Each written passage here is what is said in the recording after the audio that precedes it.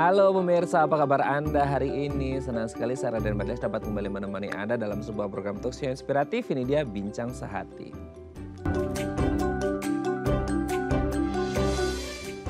Ya, dimanapun di seluruh dunia pasti tidak ada yang ingin kena penyakit ya. Nah, salah satu penyakit yang paling banyak ditakuti dan mengkhawatirkan adalah kanker. Nah, kalau kita berbicara tentang kanker, ada salah satu jenis kanker yang paling ditakuti atau menjadi beberapa jenis penyakit lah ya, maksudnya kanker yang ditakuti oleh para pria, yaitu namanya kanker prostat. Nah, tahukah Anda ternyata menurut data dari Badan Kesehatan Dunia atau WHO ada sekitar 1,3 juta pria di seluruh dunia yang mengalami kanker prostat. Wah, banyak banget ya. Nah, kita harus mencari tahu nih apa sih penyebabnya, gimana cara mendeteksinya, dan apa yang harus dilakukan kalau seseorang sudah terdiagnosis kanker prostat. Nah, inilah topik yang akan kita bahas hari ini, yaitu cegah kanker prostat sejak dini. Nah, ngomongin tentang prostat atau kanker prostat, kita akan membahas terlebih dahulu ya beberapa mitos, fakta seputar kanker prostat. Kita lihat yang pertama pemirsa ya. Kanker prostat adalah penyakit tanda kutip orang tua. Nah, ini gini. Jadi selama ini kita taunya ya, ketika ada kasus kanker prostat, pasti kebanyakan yang mengalami adalah orang-orang tua. Maksudnya pria-pria yang sudah ya let's say 50 plus lah ya, lebih dari umur 50 tahun. Jadi akhirnya kita selalu berpikir bahwasanya oke, yang mereka usia 20, 30, 40 pokoknya yang under 50 yang di bawah 50 tahun kayaknya kemungkinan untuk mengalami kanker prostat kecil banget deh, karena kanker prostat ini hanya terjadi pada mereka di usia 50 tahun plus atau di usia-usia lansia seperti itu. Nah, tapi kan sekarang kita ngerti ya bahwasanya kehidupan kita ini sekarang berubah drastis ya. Meskipun kita belajar banyak selama pandemi kemarin, tapi mungkin ada banyak yang masih lifestyle-nya itu sedentary, yang masih belum bagus pola makan, pola istirahat dan lain sebagainya. Nah, apakah kemudian dengan beberapa faktor risiko tadi, orang-orang yang di bawah 50 tahun atau pria-pria yang di bawah 50 tahun juga bisa berisiko mengalami kanker prostat? Nanti akan kita bahas ya. Oke, kita lanjut yang kedua pemirsa ya. Kanker prostat adalah penyakit menular. Nah, ini gini. Mungkin gini. Karena kanker prostat bagi sebagian besar orang, nanti kita akan konfirmasi ke dokternya ya. Ini berkaitan erat dengan sistem reproduksi pria. Nah, kadang-kadang juga untuk hal-hal yang berkaitan dengan ya intim gitu ya, something intimate gitu ya. Jadi orang selalu berpikiran dengan prostat. Nah, ketika terjadi ya hubungan intim dan lain sebagainya, orang berpikiran bahwa oh, kanker prostat itu juga bisa menular loh, karena ini termasuk dalam bagian sistem reproduksi pria. Nah, kalau entah itu prianya berhubungan intim dan lain sebagainya, sehingga nanti kalau orang ini mengalami kanker prostat bisa nular loh. Nah, apakah memang benar demikian atau enggak, nanti akan kita bahas ya, menular atau tidak. Kita lanjut yang ketiga pemirsa ya. Tidak memiliki gejala berarti nggak mungkin deh alami kanker prostat. Nah, ini yang nanti mungkin akan kita bahas lebih mendalam juga ya di pembahasan kita kali ini. Jadi kadangkala kalau kita ngomongin satu penyakit tertentu itu kan pasti menimbulkan gejala ya. Maksudnya entah itu gejala yang umum ataupun gejala yang khas atau spesifik bahwa oh, ini indikasinya ke penyakit ini nih gitu. Tapi kalau untuk kanker prostat banyak yang beranggapan gini. Kalau orang ini nggak ngalamin gejala apapun, maksudnya dia nggak ngerasa ada sakit, dia nggak ngerasa ada keluhan apapun, maksudnya kayak semua berjalan seperti biasa seperti itu ya. Nah, akhirnya orang berpikir kalau nggak ada gejala berarti ini aman nih dari kanker prostat. Atau sebenarnya justru yang kebalikan nih, maksudnya kayak silent killer ya. Orang nggak ada gejala apapun, toto masuk stadium 3 gitu di kanker prostat. Wah, ini kan mengerikan sekali. Nah, nanti kan kita bahas apakah orang yang tidak memiliki gejala apapun aman dari kanker prostat. Oke, nanti kita bahas ya. Oke, kita lanjut yang keempat. Keturunan kanker prostat lebih berisiko alami kanker prostat. Nah, mungkin kita beberapa penyakit yang berhubungan dengan sistem metabolik, proses degeneratif tubuh ya, katakanlah seperti diabetes dan lain sebagainya. Ini kan erat katanya dengan penyakit genetik, dalam artian bersifat ya ada sedikit banyak bersifat herediter, mungkin yang nurun gitu maksudnya. Nah, kalau kita berbicara tentang kanker prostat gitu ya, apakah ini juga bersifat menurun dalam artian ketika mungkin kakeknya, bapaknya, dianya sendiri juga akan berisiko mengalami kanker prostat, atau sebenarnya let's say kayak bibitnya ya, ada bibitnya, tapi ketika nanti ini bibitnya akan distimulate untuk mengalami kanker prostat atau enggak nih ya. Karena mungkin dari faktor eksternal ya, faktor lingkungan, faktor makanan, gaya hidup, dan lain sebagainya. Oke, kita lanjut yang terakhir pemirsa ya. Hubungan seksual dan ejakulasi bantu perbaiki kesehatan prostat. Nah nanti tadi sudah sempat saya mention ya pemirsa ya, bahwasanya ketika kita ngomongin prostat ini kan erat kaitannya dengan sistem reproduksi pria. Nah ada yang bilang ya, maksudnya kan untuk mereka yang tidak aktif melakukan hubungan seksual, hubungan intim dengan pasangannya gitu ya, ini akan berakibat buruk pada prostatnya. Nah sehingga akhirnya orang-orang berpikiran bahwa dengan aktif melakukan hubungan seksual atau ejakulasi gitu ya, itu bisa membuat prostat kita jauh lebih sehat. Oke, itu tadi beberapa mitos fakta seputar prostat dan kami akan membahasnya saat lagi. Tetap bersama kami di Bincang Sehati.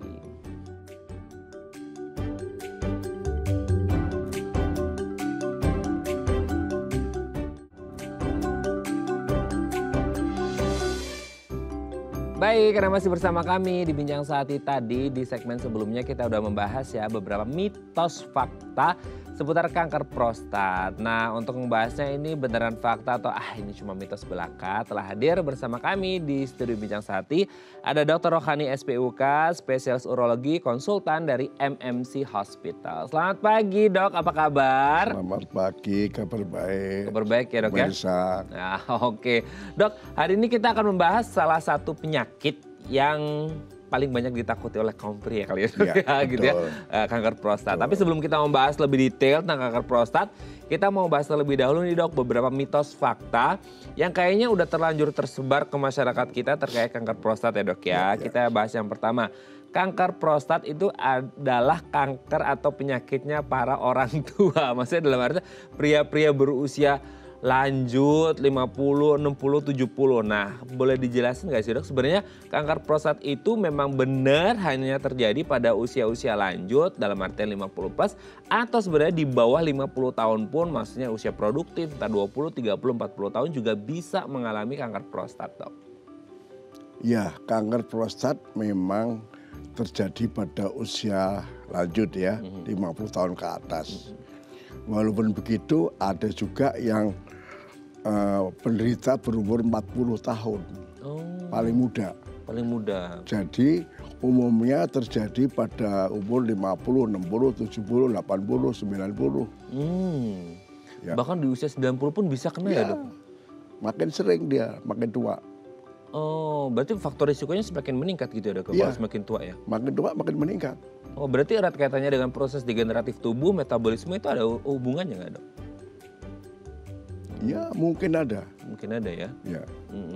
Karena saya bilang mungkin karena banyak faktor ya Dok? Banyak faktor, tidak cukup satu faktor, banyak faktor. Multifaktor ya Dok nanti ya? akan kita bicarakan. Nanti kita bicarakan, ini udah nggak sabaran kayaknya aku tanyanya Dok ya. Oke Dok, kita lanjut yang kedua. Kanker prostat adalah penyakit menular. Aduh agak serem nih Dok. Nah sebenarnya menular atau nggak sih kanker prostat ini? Tidak. Tidak ya? Tidak. Oke, berarti memang tidak menular sama sekali. Tidak menular sama sekali. Oke, berarti maksudnya kalau orang bersentuhan apa segala macam tidak ya Dok ya? Oke ya, kita lanjut yang ketiga ya Dok ya. Tidak memiliki gejala berarti nggak mungkin alami kanker prostat. Jadi banyak orang kan selama ini kalau kita ngomong penyakit ya Dok ya, maksudnya penyakit apalah A, B, C gitu. Kayak oh ini nih gejalanya gini, katakanlah kalau orang meriang nih masuk angin gitu ya. Oh badan gigil, oh berarti masuk angin nih atau flu segala macam. Nah kalau kanker prostat ini sendiri gimana Dok? Kanker prostat itu dibagi dalam stadium awal atau stadium lanjut. Kita di sini ngomong mengenai stadium dini, stadium awal, tanpa gejala.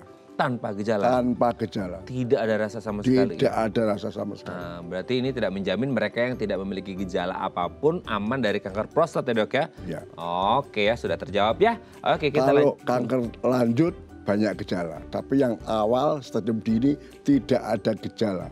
Tidak ada gejala. Nanti kita bahas lebih lanjut di segmen selanjutnya ya Dok ya.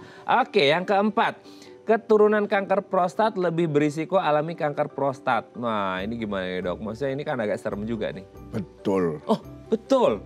Ya, seorang yang ayahnya kanker prostat, keturunannya mempunyai risiko yang lebih tinggi untuk mendapat kanker prostat. Oh, oke. Kira-kira berapa persen Dok? Ini agak serem juga ya. Maksudnya mungkin kan masih ada bibitnya kan, maksudnya ada ya, istilahnya kan ada bibitnya. Ada. Gitu. Tidak selalu, tapi bisa terjadi. Bisa terjadi. Lebih sering terjadi pada orang tuanya yang mempunyai kanker prostat. Jadi kalau bapaknya atau kakeknya ada kanker prostat, hati-hati, harus kontrol lebih awal. Sejak umur 40 tahun sudah harus check up kanker prostat. Kalau misal kakeknya nih dok, kakeknya ada kanker prostat, terus mungkin di bapaknya ada juga ya risiko untuk mengalami kanker prostat. Tapi cucunya mungkin ada juga. Oh gitu. Kalau bahasa Jermannya itu dilalahe itu di bapaknya nggak ada dok, gitu. Kebetulan di bapaknya nggak ada. Nah di cucunya ini masih bisa juga dok? Bisa, genetik. Oke, jadi sampai ke bawah-bawah pun masih bisa, meskipun ada satu generasi yang dia nggak kena gitu ya? Genetik.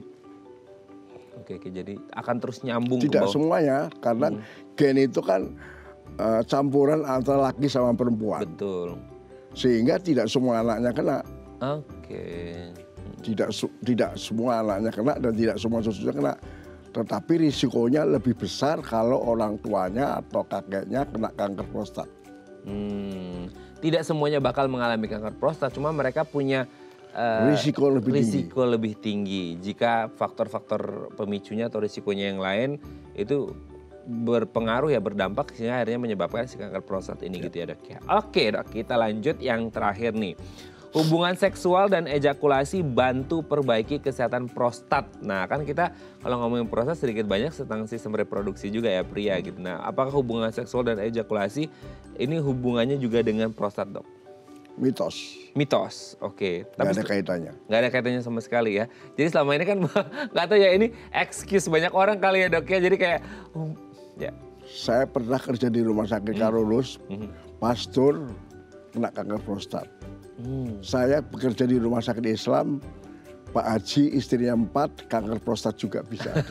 Jadi antara yang aktif dan tidak aktif secara seksual sama-sama berisiko ya? Tidak ada risikonya itu.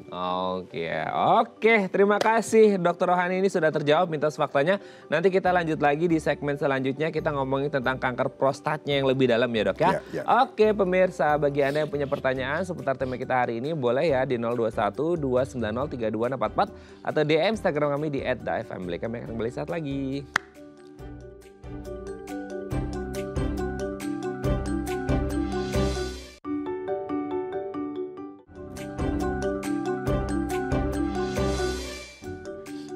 Baik, karena masih bersama kami di Bincang Sehati, kita masih membahas tema kita hari ini, cegah kanker prostat sejak dini. Nah kalau Anda punya pertanyaan seputar tema kita hari ini boleh ya di 021 290 3244 atau di Instagram kami di @dafamily. Kita masih bersama dengan Dr. Rohani SPUK, dokter spesialis urologi, konsultan dari MMC Hospital. Kita lanjut lagi ya. Dok, ini sebelum kita ngomongin kanker prostatnya gitu ya. Selama ini kan kita sering ya dengar orang, kenapa dia kena prostat gitu. Kena prostat, padahal kalau nggak salah prostat itu kan bagian dari tubuh kita ya, maksudnya organ di dalam tubuh kita. Tapi akhirnya orang menganggap prostat itu jadi nama penyakit gitu ya dok ya. Nah boleh dijelasin nggak sebelum kita ngomongin kanker prostat, prostat itu sebenarnya apa sih dok? Ini alat peraga ya.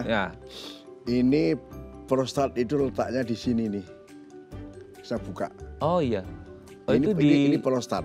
Di dasar kandung kencing, dilewati oleh saluran kencing. Nah, prostat itu fungsinya untuk membuat cairan prostat.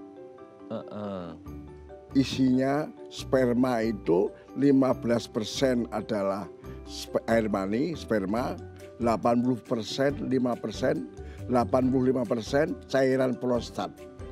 Oh justru lebih banyak cairan prostatnya ya? Iya, kayak dawet gitu. Cendolnya itu spermanya, air prostatnya diproduksi di prostat. Fungsinya apa? Supaya sperma waktu ejakulasi bisa berenang, bisa hidup 2-3 hari di dalam vagina dan rahim, supaya bisa ketemu telur. Bisa membuahi telur. Sel telur. Tanpa prostat tidak akan terjadi pembuahan telur. Oh ini kalau dari gambar ini sebenarnya atas ini apa dok? Saluran kemih? Kandung kencing. Oh iya, terus di bawahnya itu testis prostat. Ya dok ya? Oh prostat, bukan? Testis di sini.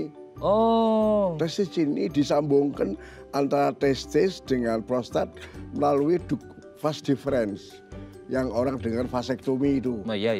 Ini yang menghubungkan antara yang 15% dawetnya itu, spermanya itu dari testis, cairannya dari prostat. Oh. Fungsinya supaya melindungi prostat. Prostat bisa berenang, bisa hidup 2-3 hari, dikasih makan, dilindungi supaya sperma bisa selamat dengan aman mencapai telur dan terjadilah pembuahan. Oh, selamat sampai tujuannya ya si spermanya ya. Jadi semua orang laki-laki mesti punya prostat. Semua ya pasti punya? Semua. Oke. Nah pertanyaannya kan semua punya gitu ya. Tapi kan nggak tahu kondisinya ya dok ya. Maksudnya sehat atau enggaknya itu kan kembali ke masing-masing orang ya gitu ya. Oke. Nah kalau untuk permasalahan prostat ini kan jadi sangat penting dok kalau 85% dari cairan sperma itu adalah dari cairan prostat ya berarti ya. Karena 15%-nya tadi spermanya ya. Iya. Nah oke. Permasalahan apa dok yang sering terjadi? Mungkin salah satunya kanker gitu ya. Atau gimana tuh dok? Penyakit prostat itu ada 3 macam. 3 macam. Itu yang harus orang pahami. Oke. 1 infeksi prostat, prostatitis. Diderita oleh laki-laki tengah baya, 30, 40, 50. Gejalanya waktu hubungan suami istri kadang-kadang waktu keluar sperma itu prostatnya memompa dan sakit. Waktu keluar sperma ejakulasi itu sakit. Itu salah satu gejala yang khas. Tetapi gejala lain juga ada. Itu yang pertama. Yang kedua dok? Yang kedua, kanker prostat itu saya sampaikan tadi pada stadium dini tanpa gejala. Oh iya, benar-benar nggak kerasa sama sekali ya? Nggak kerasa sama sekali, stadium dini. Dini ya? Jadi ada perubahan waktu bagaimana mendeteksi kanker dini. Tahun 70-an itu semua laki-laki kalau berobat ke dokter dengan gejala susah kencing atau sering kencing atau susah kencing lah pokoknya, itu harus diperiksa prostatnya dengan jari. Namanya colok dubur untuk melihat di colok dubur ada benjolannya apa tidak. Itu terjangkau oleh jari? Karena ini di belakang ini ada rektum. Dan kanker prostat itu 70% ada di belakang sini. Makanya tanpa gejala. 20% di lobus lateral dan 10% di lobus anterior. Makanya kanker prostat mudah dijangkau dari rektum, dicolok dubur. Jadi colok dubur itu wajib untuk diperiksa pada laki-laki dengan keluar kencing. Untuk apa? Bukan untuk mendeteksi tumornya, kanker prostatnya, tapi untuk mencari kanker. Itu zaman tahun, sekarang masih juga, tapi zaman tahun 70-an. Nah, terjadilah perubahan besar-besaran, revolusi. Revolusi dunia kedokteran. Ya, itu diketemukannya PSA, prostatic specific antigen. Kira-kira tahun 80-an. Dengan PSA itu hanya diproduksi oleh jaringan prostat. Dan kadarnya itu pada orang normal 4 nanogram per desiliter. Kalau prostatnya PSA-nya naik, diduga kuat dia dapat kanker prostat. Tetapi naiknya PSA tidak hanya karena kanker prostat, pada infeksi juga bisa naik. Pada prostat yang membesar sampai 50, 60, 70 gram juga terjadi PSA yang naik. Ya, jadi tadi penyakit prostat itu ada infeksi prostat, ada pembesaran prostat jinak, ada kanker prostat. Ada 3 macam. Itu yang harus orang pahami. Oke, infeksi, pembesaran, dan kanker prostat gitu ya.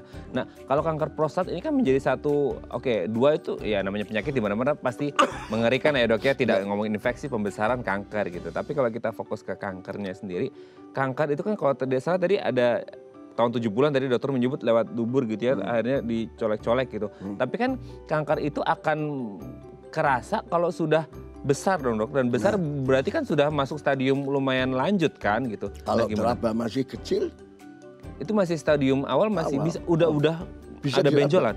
Makanya harus yang meraba harus ahlinya. Oh, berarti ahli meraba dia ya. Ahli meraba. Gitu ya. Nah, tapi kalau ngomongin kanker prostat, sebenarnya kondisi seperti apa? Maksudnya kanker kan selama ini kita ngerti, oke, kanker itu sesuatu penyakit yang sangat menyeramkan, nggak bisa diobati dan lain sebagainya. Kanker prostat ini sendiri bisa muncul karena apa? Dan apa maksudnya ada bentukan benjolan segala macamnya itu? Ya, tadi saya sampaikan gejala awal dini tanpa gejala. Tapi kalau sudah stadium lanjut, ada stadium 1. Itu mengenai satu lobus sisi kiri atau sisi kanan. Stadium 2 sudah kena dua-duanya. Stadium 3 sudah kena kapsul, keluar gitu. Stadium 4 menyebar ke organ lain, termasuk yang paling sering tulang belakang. Jadi banyak pasien datang dengan sakit tulang belakang, itu penyebabnya kanker prostat yang lanjut. Oke, sudah dilanjut, itu benar-benar sampai nggak kerasa sama sekali. Apa karena ini? Sakit tulang belakang. Sakit tulang ya. Itu lanjut, udah lanjut ya. Oke. Menyebarnya lewat pembuluh darah langsung ke tulang.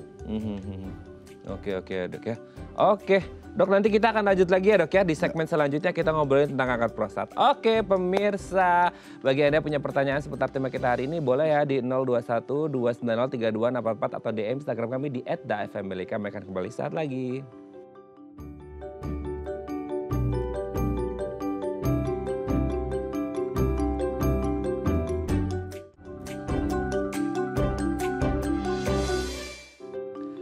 Baik, karena masih bersama kami di Bincang Sehati, kita masih membahas cegah kanker prostat sejak dini. Ini permasalahan yang banyak dialami oleh kaum pria, jadi harus disimak dengan baik-baik ya.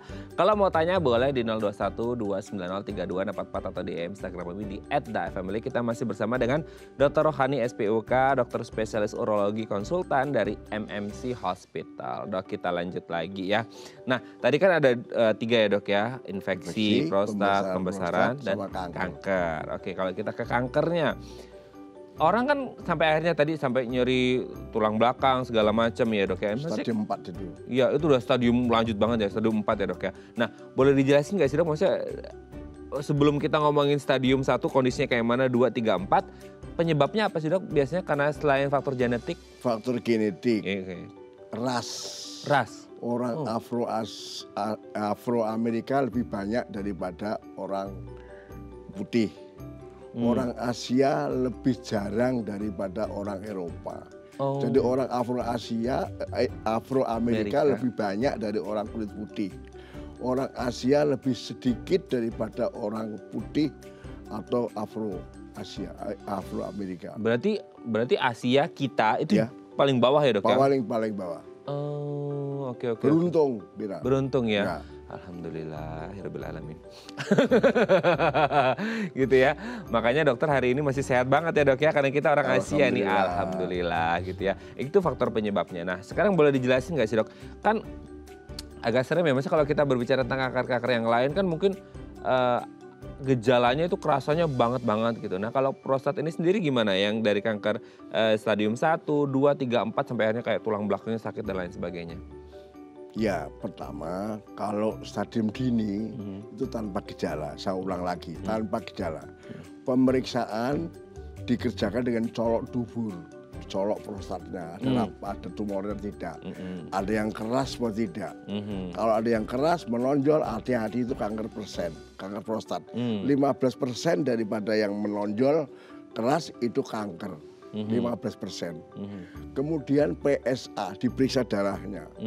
Kalau PSA-nya di atas 4, walaupun penyebabnya tadi bisa infeksi, bisa prostat yang membesar, kalau darahnya PSA-nya di atas 4, itu 16% akan terkena kanker prostat pada waktu biopsi. Ya. Kalau kanker PSA-nya sudah 50, itu sudah keluar dari kapsul. Kalau PSA-nya sudah 100, itu sudah kena tulang.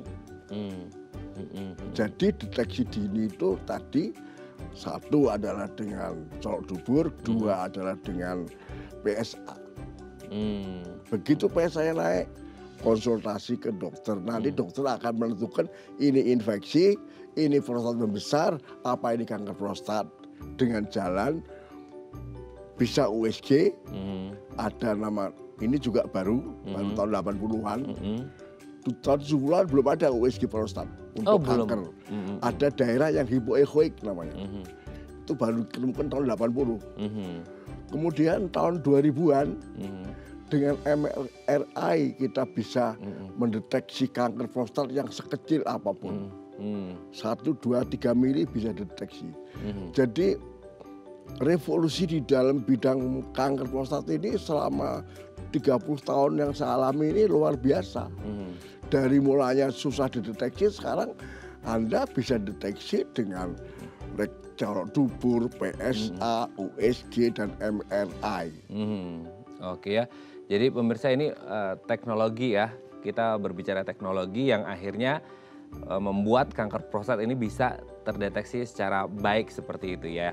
Oke, Dok, kalau kita berbicara tentang kondisi untuk screening. Nah, untuk screeningnya sendiri sebenarnya karena tidak ada gejala ya, jadi bagaimana sih untuk men-screening? Maksudnya kayak kita nggak tahu ya karena nggak ada gejala, jadi kayak mungkin orang fine-fine aja gitu ya. Maksudnya fine-fine aja, nggak ada apa-apa, jadi akhirnya kayak nggak ngerasa apa-apa, ya udah nggak diapa-apain gitu.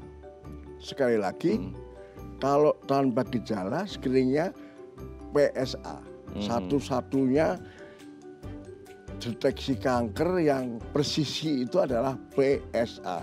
Tidak ada kanker lain di tubuh kita yang seakurat PSA untuk mendeteksi kanker prostat.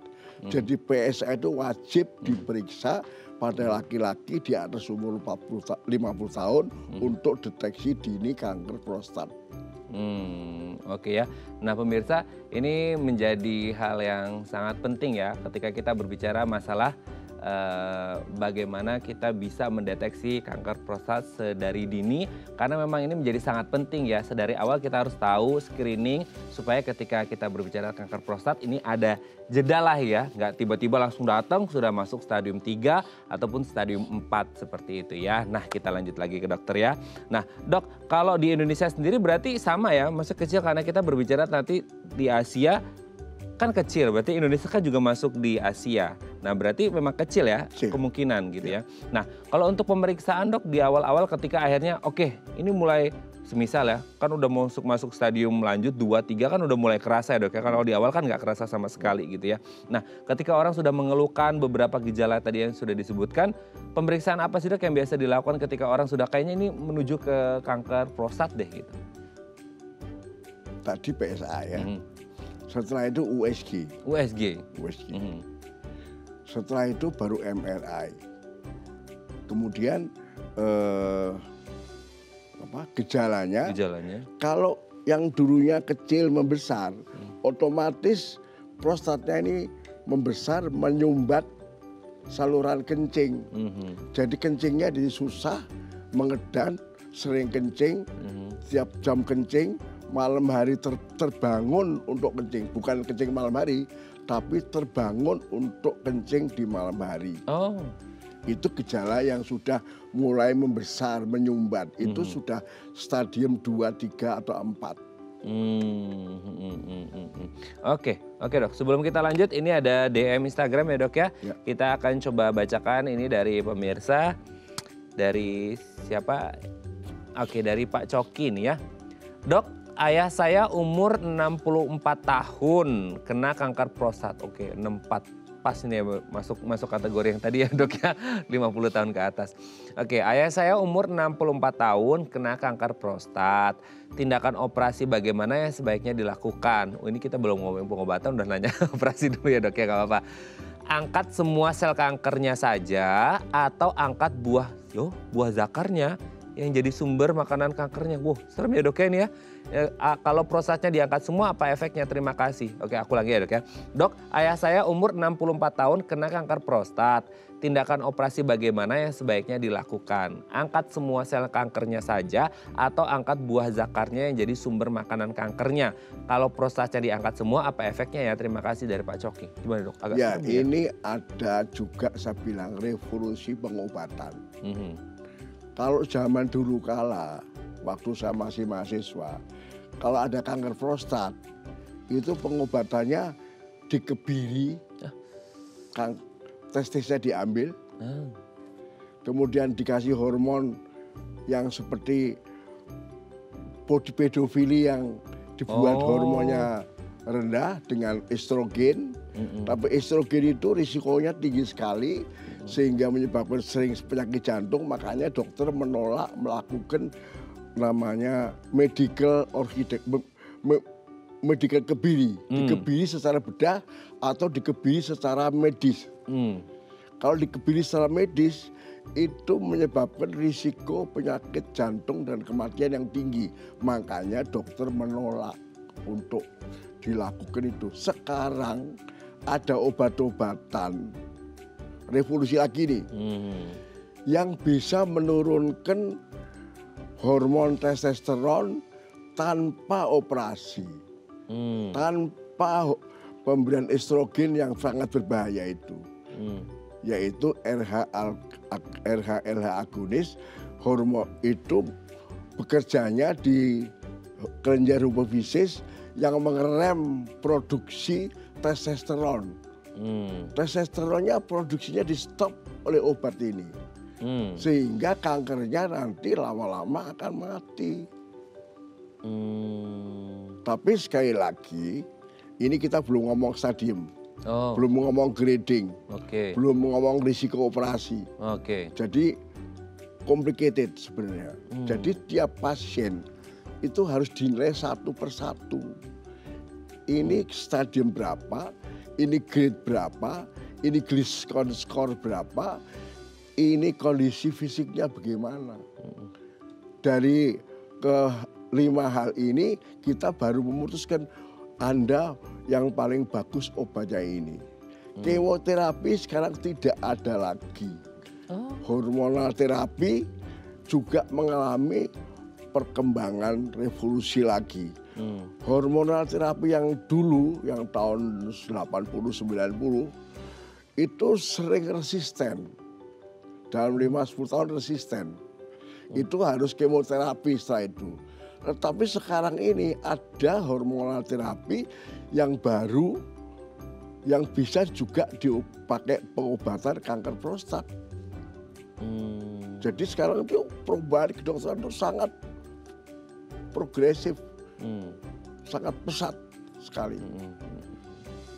Oke, nah kalau tadi kan dokter menyebut seperti kasusnya Pak Coki ini kan dia masih bertanya-tanya ya, maksudnya kira-kira yang terbaiknya apa gitu dok? Kita harus lihat umurnya muda, sehat atau tidak.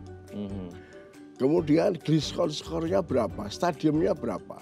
Kalau stadium 1-2, yang paling bagus kankernya diangkat semuanya. Tanpa harus dikebiri. Namanya radikal prostatektomi. Radikal prostatektomi itu zaman dulu dibuka lebar lukanya. Ya, bedah gitu ya. Sekarang ada revolusi baru lagi. Namanya laparoskopi.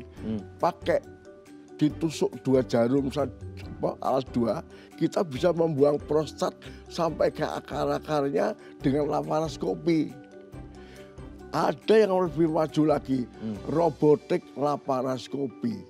Dengan robot kita bisa membuang prostat sampai bersih. Jadi perkembangannya luar biasa. Dunia ini perkembangannya pesat sekali sehingga kita sebagai dokternya harus belajar terus-menerus. Betul ya. Oke, jadi tadi pilihannya kan ada 2 ya. Maksudnya apakah sel kankernya saja yang diangkat gitu ya, atau sama dikebiri? Kalau Bapak ini stadiumnya awal, grade-nya rendah, usianya muda, kondisinya bagus, umurnya baru 65 tahun, sebaiknya kankernya diangkat. Tidak perlu dikebiri. Tidak perlu dikebiri. Sampai bersih. Namanya sekarang laparoskopi. Sekarang ada juga robotik laparoskopi yang juga sudah ada di Indonesia. Pak SBY dioperasi kanker prostat, minta maaf saya sebut nama ya. Minta maaf nih. Nggak apa-apa, Semua orang juga udah tahu. Iya. Di Amerika, robotik. Di sini sekarang ada robotik. Nggak usah jauh-jauh ke Singapura atau ke Amerika. Di Indonesia sudah ada robotik laparoskopi dikerjakan oleh anak negeri sendiri. Oke. Berarti yang diangkat ini berarti hanya si kankernya? Hanya kankernya dan kelenjarnya. Kalau perlu kelenjarnya itu yang akar-akarnya itu. Kelenjar prostatnya ya? Atau kelenjar kankernya? Kelenjar, ya prostatnya diangkat semua. Nah itu tadi juga bertanya pertanyaan Pak Coki. Apa efeknya mungkin jangka pendek atau jangka panjang kalau prostatnya itu diangkat semua sih dok? Ya prostat diangkat kan tadi saya bilang. Prostat itu menghasilkan air mani. Spermanya tetap produksi, tapi airnya nggak ada. Jadi waktu hubungan suami istri, nanti waktu orgasme itu nggak keluar sperma. Karena prostatnya udah dibuang. Kan umur udah 70 tahun, nggak perlu anak lagi. Iya betul ya. Tapi maksudnya di luar faktor pembuahan lah ya, maksudnya itu di luar itu masih aman ya dok ya, maksudnya hidup tanpa prostat pun nggak masalah gitu ya, karena di usia ya lansia 60 plus ya udah nggak mikirin bikin anak lagi lah ya dok ya gitu. Tapi dalam artian kesehatan secara umum, angka harapan hidup itu masih oke aja. Oke, tidak ada yang perlu dikhawatirkan lah ya dok ya. Oke ya, semoga ini bisa menjawab pertanyaan Pak Coki ya. Semoga ayahnya masih muda lah ya dok, 64 tahun lah, masih muda lah ya. Saya aja umur 80 tahun masih. Iya, kayak masih umur 79 loh dok.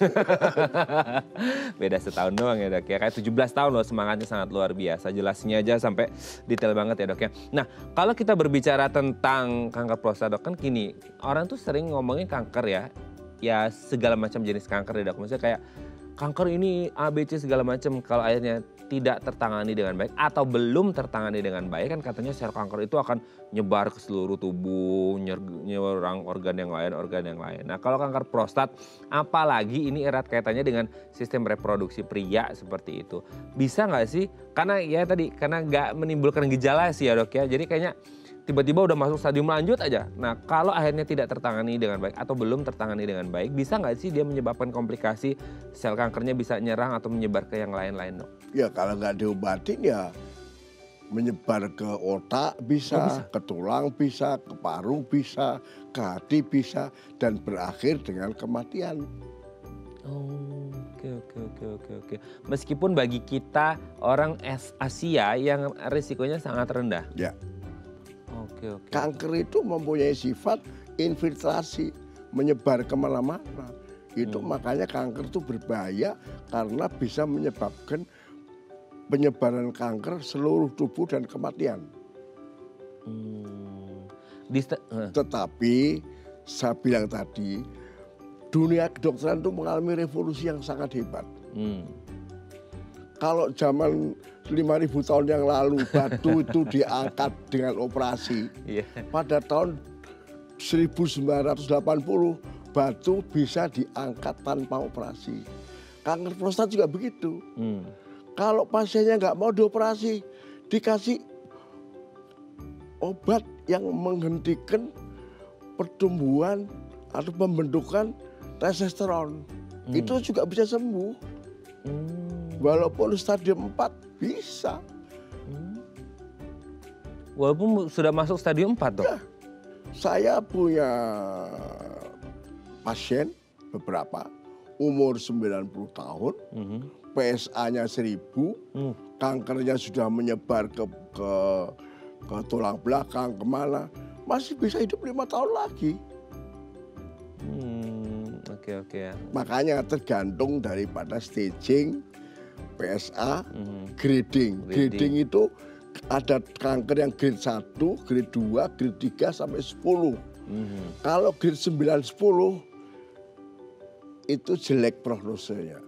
Diobatin apapun dalam 5 tahun atau 6 tahun, kalau stadium lanjut ya, itu nggak ketolong. Tapi kalau walaupun grade tinggi, stadium awal, dioperasi, angka harapan hidupnya masih di atas 5 tahun. Oke. Tapi sebelum dia nyebar gitu ya, nyebar itu biasanya kankernya nyebar itu di stadium berapa sih dok? Mulai nyebarnya atau dari awal? Itu di atas stadium 3. Nyebar ke tulang-tulang namanya TNM. Tumornya stadium berapa, kelenjarnya stadium berapa, M-nya metastasisnya kemana. Jadi complicated untuk orang awam ya. Makanya datanglah ke spesialis urologi. Urolog itu zaman saya lulus tahun 80 cuma 10 orang. Sekarang ini 700 urolog di Indonesia. Dan sudah tersebar oleh program pemerintah di setiap kabupaten harus ada urolog. Berarti Dokter Rohani ini lulusan pertama ya dok ya, sangat luar biasa. Pertama, 10 pertama. 10 pertama iya, maksudnya 10 pertama, angkatan pertama ya. Yang paling tua urolog di Indonesia itu saya. Kakak saya semua sudah meninggal. Dokter harus sehat terus ya dok ya, supaya bisa sharing-sharing lagi di Bincang Sehati ke depannya dok ya. Oke dok, ini sangat luar biasa penjelasannya A sampai Z, detail banget sudah dikasih sama dokter. Nanti kita lanjut lagi di segmen terakhir ya dok ya. Oke pemirsa, kalau Anda masih punya pertanyaan atau kalau malu-malu boleh loh telepon tim kami ya di 021 295 3244 atau di Instagram kami di @thefamily. Kami akan kembali saat lagi.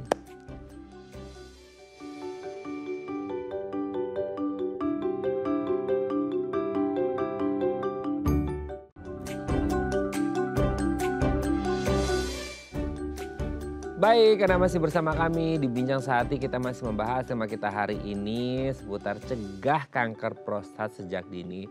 Seperti kita tahu ya tadi ya, ternyata banyak kasus kanker prostat yang memang tidak menimbulkan gejala di awal. Jadi benar-benar harus tahu dari awal gitu ya untuk mengetahui screening segala macamnya, untuk mengetahui bahwa ada potensi atau risiko mengalami kanker prostat atau enggak. Nah, kita masih bersama dengan Dr. Rohani SPUK, dokter spesialis urologi, konsultan dari MMC Hospital. Dok, kita lanjut lagi. Ini yang belum terbahas tadi ya dok ya, adalah untuk memastikan, kan kadang-kadang tadi di awal ya dok ya, untuk ngecek deh, ngeraba segala macam gitu ya dok ya. Untuk ngecek bahwa kondisinya seperti apa, seperti PSA dan lain sebagainya gitu. Nah, untuk memastikan, kan kadang-kadang orang, ya kayak zaman sekarang deh dok, maksudnya selama pandemi itu orang dokternya tuh dokter Google gitu dok. Self diagnose segala macam. Ya, gitu. Segala macam. Nah, untuk tes, betul. Nah, ini juga begitu. Ini juga begitu ya dok. Nah, untuk memastikan bahwa seorang atau pria ini benar-benar mengalami kanker prostat, ini gimana prosedurnya dok? Di biopsi. Nah, biopsi. Semua kanker harus dibiopsi. Diambil jaringannya sedikit, diperiksa di mikroskop oleh ahlinya, dikatakan ini kanker.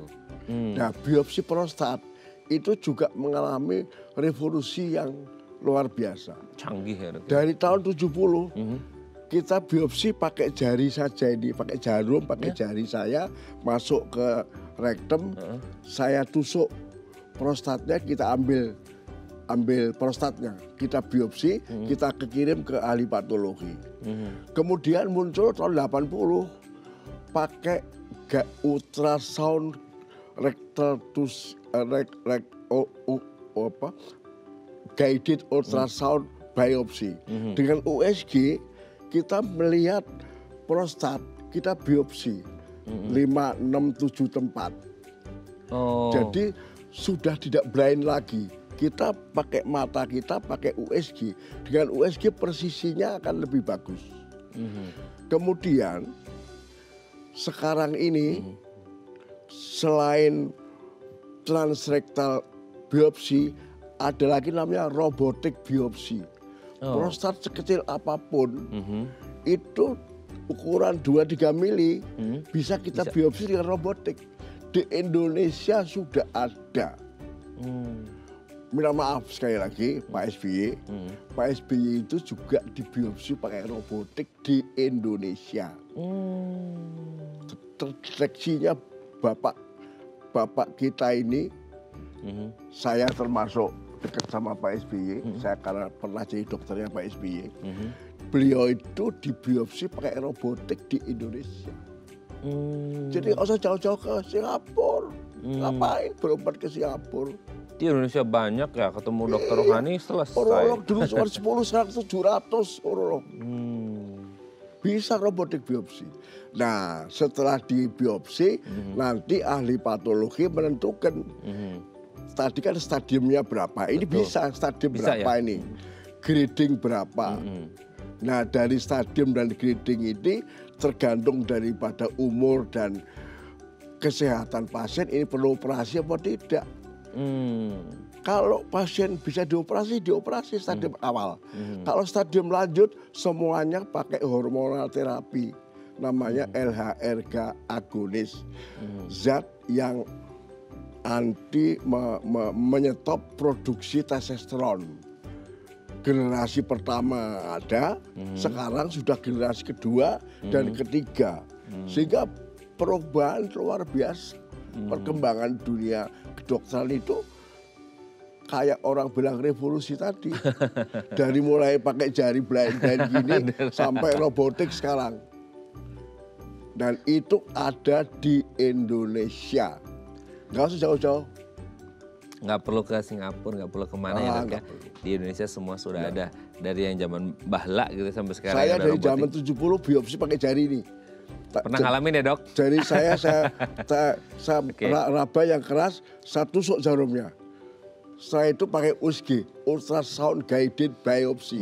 Dengan ultrasound kita pakai layar lebar, kita bisa ya ini kita biopsi. 10 kiri, 10 kanan kalau perlu. Kemudian sekarang robotik. Robotik udah jauh lebih canggih ya? Ada di Indonesia. Ada di Indonesia. Oke, thank you. Terima kasih Dr. Rohani. Ini sangat luar biasa ya kita hari ini berbicara dengan urolog tersenior di Indonesia yang ada 10 lulusan pertama di Indonesia. Thank you dok. Semoga kita sehat terus dan yang mengalami kanker prostat semoga segera disembuhkan gitu ya. Jangan lupa untuk ketemu Dr. Rohani gitu ya. Thank you ya dok ya. Salam sehat untuk keluarga di rumah dan teman-teman di MMC Hospital ya dok ya. Oke pemirsa, itu tadi perbincangan kita dengan Dr. Rohani. Semoga bermanfaat ya. Saya Raden Badlias pamit. Sampai jumpa dan selamat beraktivitas di hari Rabu yang indah ini. Sampai jumpa dok. Thank you dok. Thank you dok.